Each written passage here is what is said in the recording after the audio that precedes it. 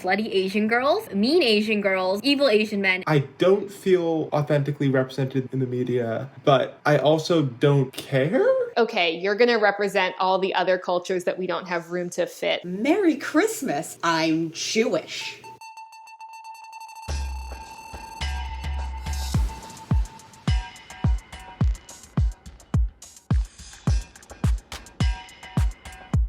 I do not feel authentically represented in the media. I never really felt authentically represented at all. I don't think I've ever seen any media or read any media where I'm like, oh my gosh, that's me. Representation in media. I grew up with none. I related absolutely zero to the one Chinese character, Mulan. One, I felt like I didn't look like her. She was more northern Chinese. I'm from South China. I have darker skin and a different face shape, and I also felt like she was unrelatable. Growing up, there was absolutely no good representation of Asians or Jews. I do remember growing up, like when there was like the Asian Jewish characters in the weird like Disney Channel shows, I like would really feel excited about it. Or like in Glee, Tina Cohen-Chang. It was like a joke also that she's like, Asian and Jewish, how could it happen? And you know, because her last name is hyphenated and it's Cohen and Chang. That seems a little Tina Cohen-Chang. Respect. But I really remember it being like, oh, that's kind of exciting. That's like maybe the first time I saw it.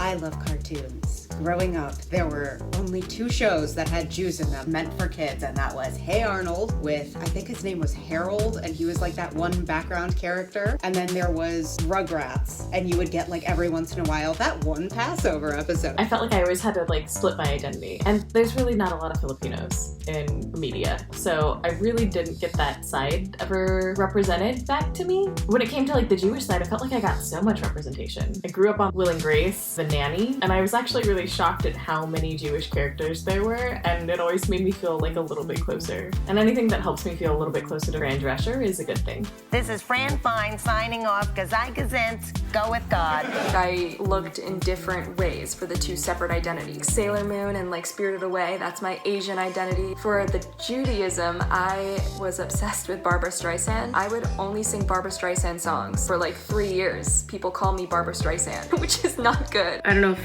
any of you had American Girl dolls. I really wanted one, but none of them looked like me. And so the closest one was Josefina, the little Mexican girl. And so that was my little doll. And we actually did look a lot alike. I grew up on them. I only had like one doll, but I was thinking like, how cool would it be if there was an Asian Jewish American Girl doll and like kids learned about the girl's story, just like normalizing mixed identity. Can't imagine what that would have been like to have as a kid as well.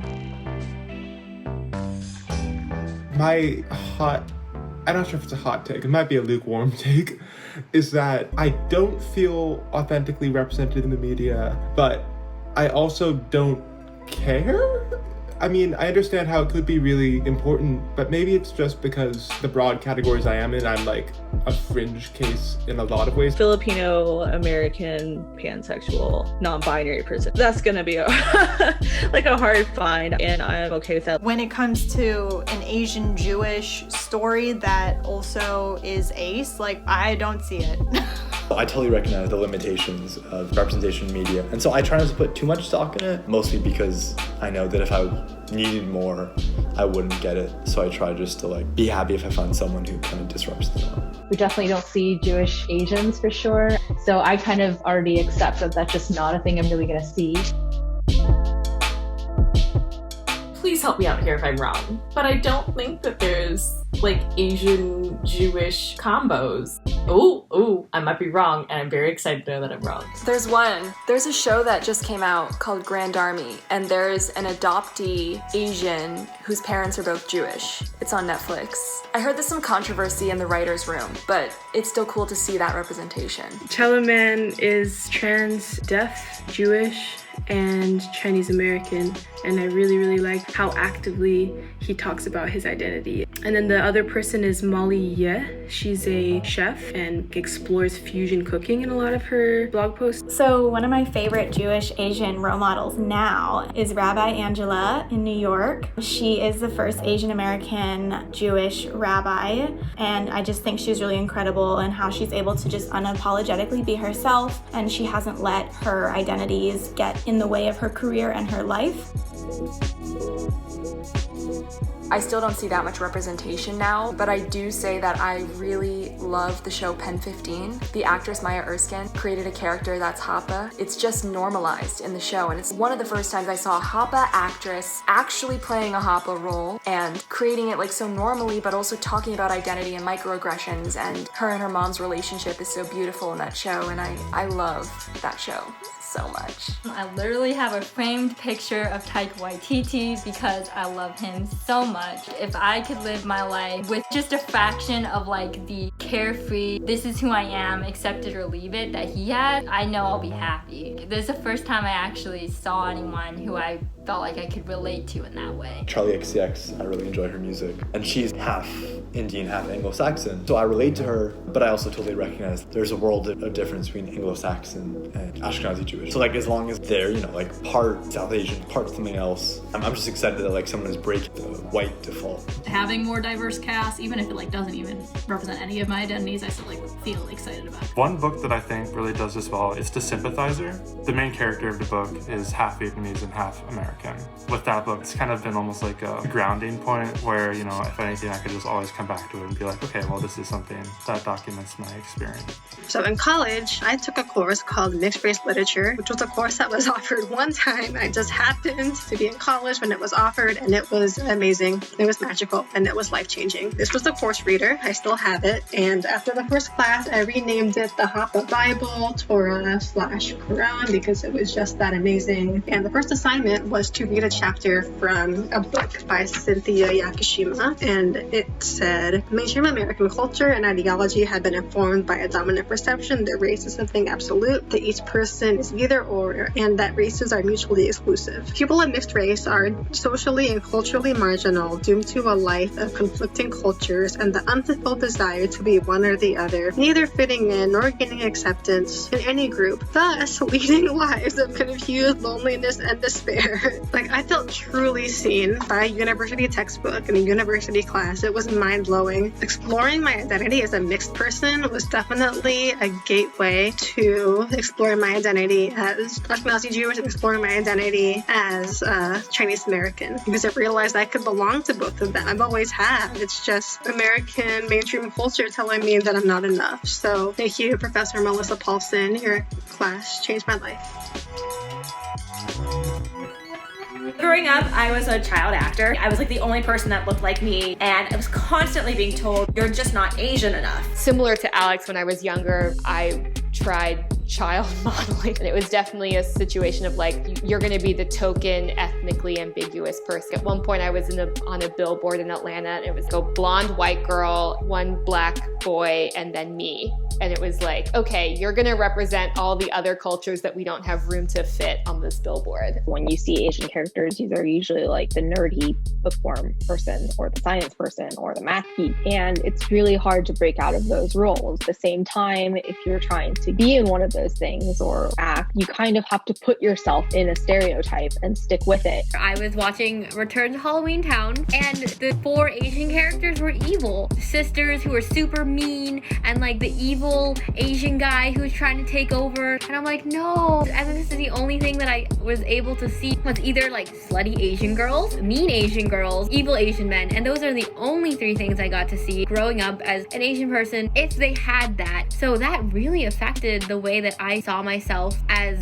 a human being. Is that what I'm supposed to be? And like, am I just supposed to be like the slutty Asian girl? I also think that there's like a level just within a lot of the representation that we see now that I struggle with, which is like the recent Hollywood push to be representative in a way that I don't feel is necessarily authentic. And the example that I kind of want to point to is Raya in The Last Dragon. It's supposed to be like a Southeast Asian character, and you know, people are so excited about it, but Southeast Asia consists of 11 different countries with completely different cultures, and it feels so lazy to see Disney peddle out this line of like, look at us, we're representing Southeast Asians, and it's like, who technically are you representing? If there's Asian representation, it's usually East Asian or South Asian. Not much in the way of Thai representation. There's a lot of mixed race that's coming in, which I think is awesome, but I think Jewish people of color, it needs to be more represented.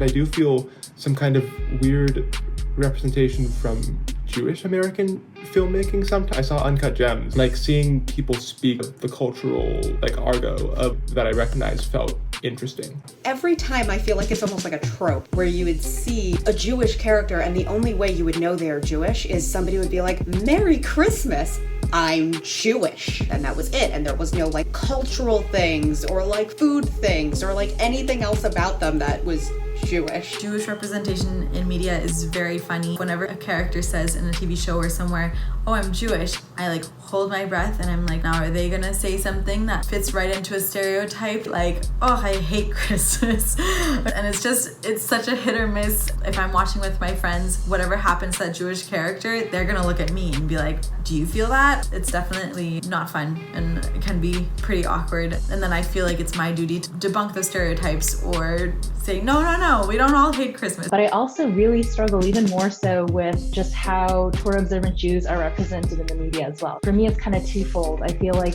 whenever you see Torah observant Orthodox Jews or whatever represented in the media, they're like Yeshivish, they're like Hasids, they're Eastern European, and all of those things are, not me, but I do identify very much as a Torah observant Jew. So I really struggle with that quite a bit. I'm a little bit bitter about the fact that like the only representation we get is by very, very white Ashkenazi communities, and or the people who are portraying us are not Jewish, which is a whole other soapbox I can get on. When I look to try and see me, there's very few moments I see that. I feel like it's changing right now, but I personally think that representation in the media of mixed people in general has a long way to go past a simple tokenism and go towards actually understanding our struggles, our identities, and who we are and where we come from. Since I'm like on the edge of TV and film industry, I mostly do like live comedy. I think comedy is where the Jewishness, for me, that's where I always knew I was culturally Jewish. I don't feel authentically represented. I have to go do it for people who are like me because that's how the business works. That was really the premise of me actually pivoting my career. I used to be an advertising executive in like the commercial space, and I just really saw this big gap in the media for not just Jews of colors, but Torah observant Jews as well. That was really the anchor for me to start my nonprofit, which is really about breaking the cultural barriers of Torah observant Judaism and representing Jews like myself who may be a little bit more modern, may just kind of dress like me and blend into the mainstream, but are nonetheless Torah observant Jews. I have a friend who wrote this children's book, and it has an interracial relationship. That means a lot in our home. Maybe because I'm older now, I'm just like, oh, okay, well, it's fine. I know who I am. But I'm thinking about a younger me where I was struggling with being confident in my identity because I had all these outer voices saying like, well, you're not this enough, you're not this enough. I was like, I'll never see someone who looks like me and like my story. And I was like really down, and my friend, he's like, you could write it. So I ended up actually writing a screenplay about a Jewish Asian girl. Writing it made me feel so much better about my whole experience. You at least told your story, and I think that's important. And that's really one of the pushes for me to want to do acting and be a performer, was to provide some sort of representation so that kids hopefully looking on the screen and seeing someone that they felt that they could resonate with. Part of that reason was why I started Kuppermann. I wanted to have a platform where we could celebrate mixed Asians and raise them up and bring them forward, because there are so many online communities surrounding the Hapa experience, mixed Asian experience, and a lot of them are very negative, and I wanted to showcase that there are things to be proud about, and there are people out there doing really cool stuff. I'd love to see more creators just kind of coming to the forefront so that this becomes a little more normalized. We have to be the generation to make it happen. Otherwise, the same BS is gonna keep being cycled in and out. Oh, rom-com, 2 white people. What are they doing?